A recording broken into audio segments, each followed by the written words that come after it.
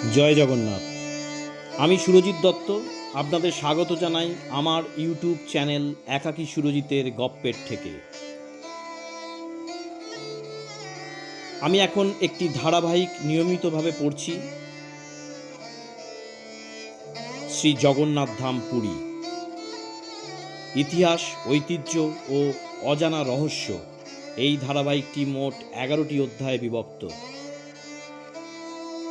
আমি এর আগে প্রথম অধ্যায় পড়েছি, আজ পড়ব দ্বিতীয় অধ্যায়, নীলমাধবের রহস্যময় কাহিনী, জগন্নাথ সংস্কৃতির সূচনা। তাই অডিওটি শেষ পর্যন্ত শুনুন। ভালো লাগলে লাইক, শেয়ার এবং চ্যানেলটি সাবস্ক্রাইব করতে ভুলবেন না। চলুন প্রভু জগন্নাথের আশীর্বাদ নিয়ে শুরু করি আমাদের এই পবিত্র যাত্রা। অধ্যায় 2, নীলমাধবের কাহিনী, জগন্নাথ সংস্কৃতির সূচনা। জয় জগন্নাথ।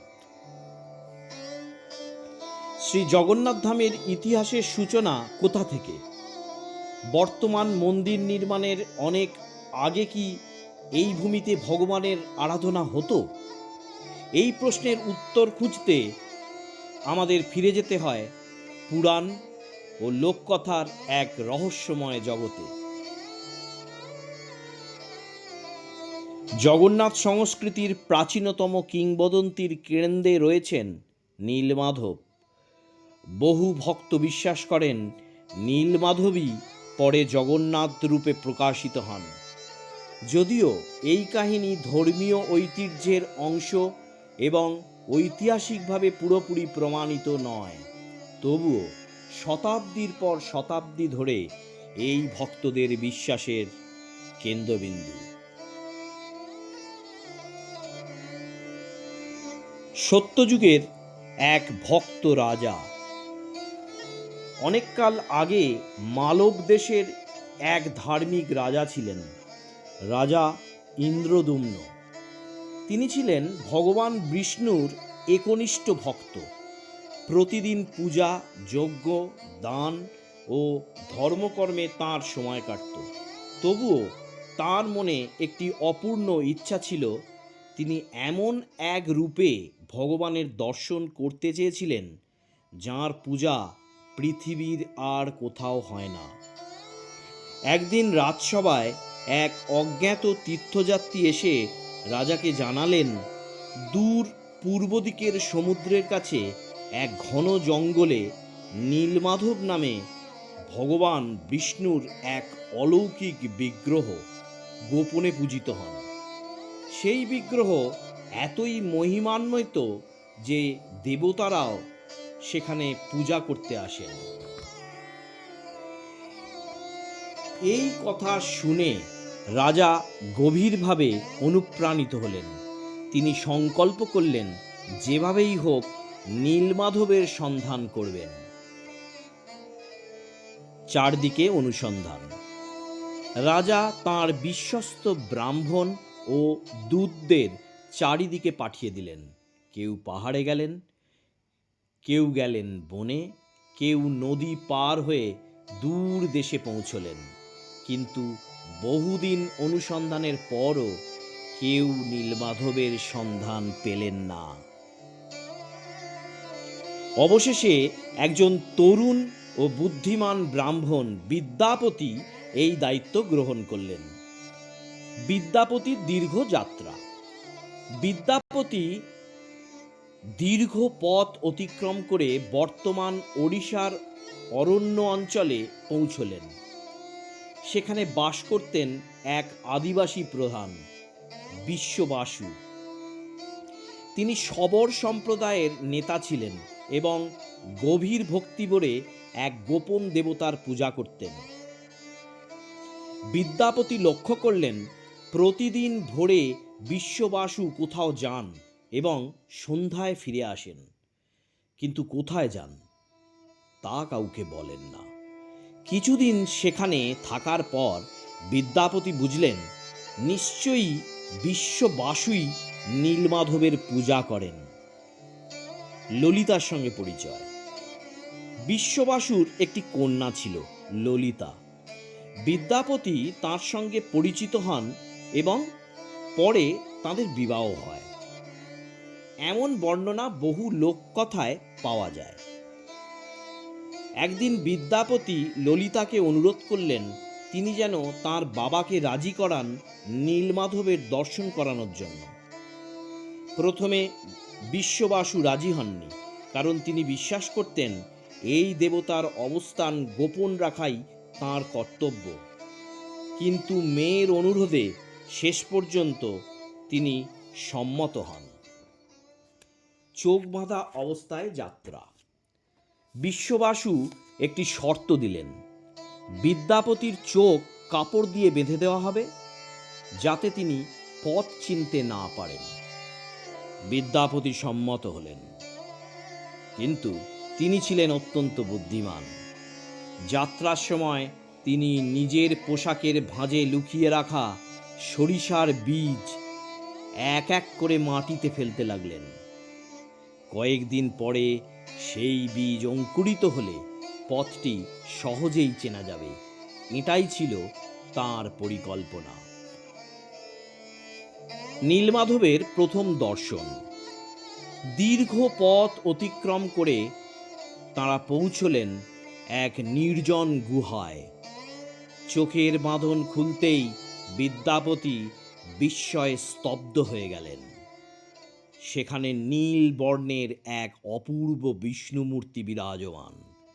চারিদিকে সুগন্ধ, ফুল, বনভূমির নীরবতা এবং এক গভীর আধ্যাত্মিক পরিবেশ। লোককথায় বলা হয় সেই সময় দেবতারা অদৃশ্য রূপে এসে পূজা করতেন। বিদ্যাপতির গভীর ভক্তি ভরে প্রণাম করলেন এবং বুঝলেন এ কোনো সাধারণ বিগ্রহ নয়, কাকের মোক্ষ লাভ। এই কাহিনীর একটি জনপ্রিয় অংশে বলা হয় সেই গুহার কাছে একটি কাক গাছ থেকে পড়ে মৃত্যুবরণ করে, কিন্তু নীলমাধবের সান্নিধ্যের কারণে সে সঙ্গে সঙ্গে মুক্তি লাভ করে। এই দৃশ্য দেখে বিদ্যাপতির মনে এক মুহূর্তের জন্য ইচ্ছা জাগল তিনিও যদি এখানেই জীবন ত্যাগ করেন। কিন্তু তখন এক দৈববাণী শোনা গেল, তোমার কাজ এখনো শেষ হয়নি। রাজা ইন্দ্রদ্যুম্নকে এই সংবাদ জানাতে হবে। রাজাকে সংবাদ। বিদ্যাপতি ফিরে এসে সমস্ত ঘটনা রাজা ইন্দ্রদ্যুম্নকে বললেন। রাজা আনন্দে আত্মহারা হয়ে সঙ্গে সঙ্গে বিশাল বাহিনী নিয়ে নীলমাধবের দর্শনের উদ্দেশ্যে রওনা দিলেন। সরিষার গাছের সাহায্যে তাঁরা পথ চিনে ফেললেন, কিন্তু সেখানে পৌঁছে সবাই অবাক হয়ে গেলেন। গুহাটি ছিল, বনও ছিল, কিন্তু নীলমাধবের বিগ্রহ আর সেখানে দেখা গেল না। রাজা ইন্দ্রদ্যুম্নের দুঃখ। ভগবানের দর্শনের আশায় বহু দূর থেকে আসা রাজা গভীর দুঃখে ভেঙে পড়লেন। তিনি ভাবলেন হয়তো তাঁর কোনো পাপের কারণে ভগবান অন্তর্ধান করেছেন। তিনি উপবাস শুরু করলেন এবং কঠোর তপস্যায় বসে প্রার্থনা করতে লাগলেন। দিনের পর দিন কেটে গেল। স্বপ্নে ভগবানের নির্দেশ। এক রাতে রাজা স্বপ্নে ভগবান বিষ্ণুর দর্শন পেলেন। ভগবান বললেন, দুঃখ করো না, আমি নতুন রূপে এই ভূমিতেই আবির্ভূত হব। সমুদ্র থেকে এক দিব্য কাঠ ভেসে আসবে, সেই কাঠ থেকেই আমার নতুন মূর্তি নির্মিত হবে। এই স্বপ্নই পরবর্তীকালে দারুব্রহ্মের আবির্ভাব এবং জগন্নাথ, বলভদ্র ও সুভদ্রার বিগ্রহ নির্মাণের সূচনা হিসাবে বিবেচিত হয়। ইতিহাসের আলোকে এই কাহিনী।